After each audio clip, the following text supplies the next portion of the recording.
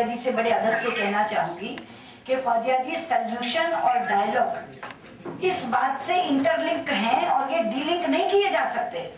After violence क्यों हो रही? वायलेंस एब्स्ट्रैक्ट में नहीं हो रही ना, वायलेंस किसी चीज के लिए हो रही है, किसी मांग के लिए हो रही है। इसलिए जब तक हम इस चीज पर न पहुंचे कि हमारी मांग जायज है कि नाजायज है या हमें अपनी मांग के बारे में पता है कि नहीं पता है, तब तक वो वायलेंस को नहीं छोड़ेंगे।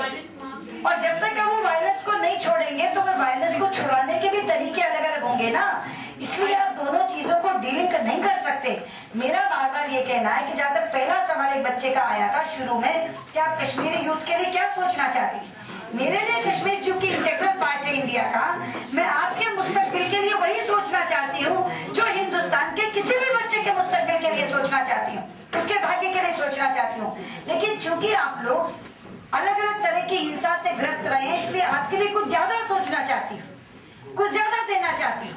तो जहां तक भारतीय जनता पार्टी का सवाल है, मैं एक ही बात पर खत्म करूंगी क्योंकि मुझे जानना है कि बच्चे, डेमोक्रेसी में किसी भी चीज का समाधान केवल वार्ता से निकलता है, डायलॉग से निकलता है।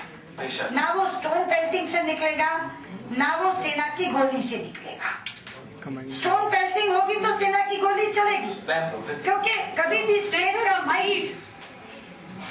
माइट एक तरफ की वायलेंस को सह नहीं सकता।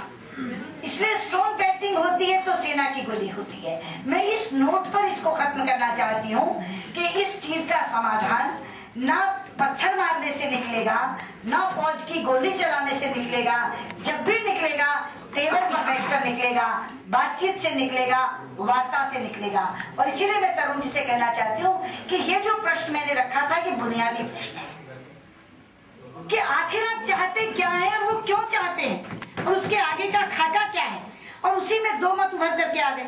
इसका मतलब ये कि अभी दिमाग साफ नहीं है और कुछ चीजें जो भर दी गई हैं उन बातों को भी निकालना जरूरी है।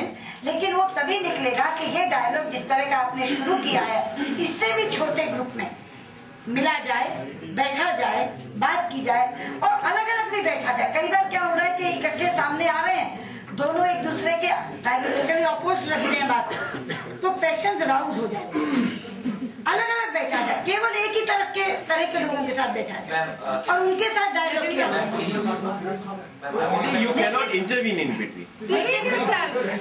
लेकिन ये जो डायलॉग की शुरुआत हुई है, इस डायलॉग को और छोटे ग्रुप्स में करें, एक ही तरह के लोगों के साथ भी करें, कोई समझ आपसी में बनती हो फिर दोनों के साथ बैठाएं।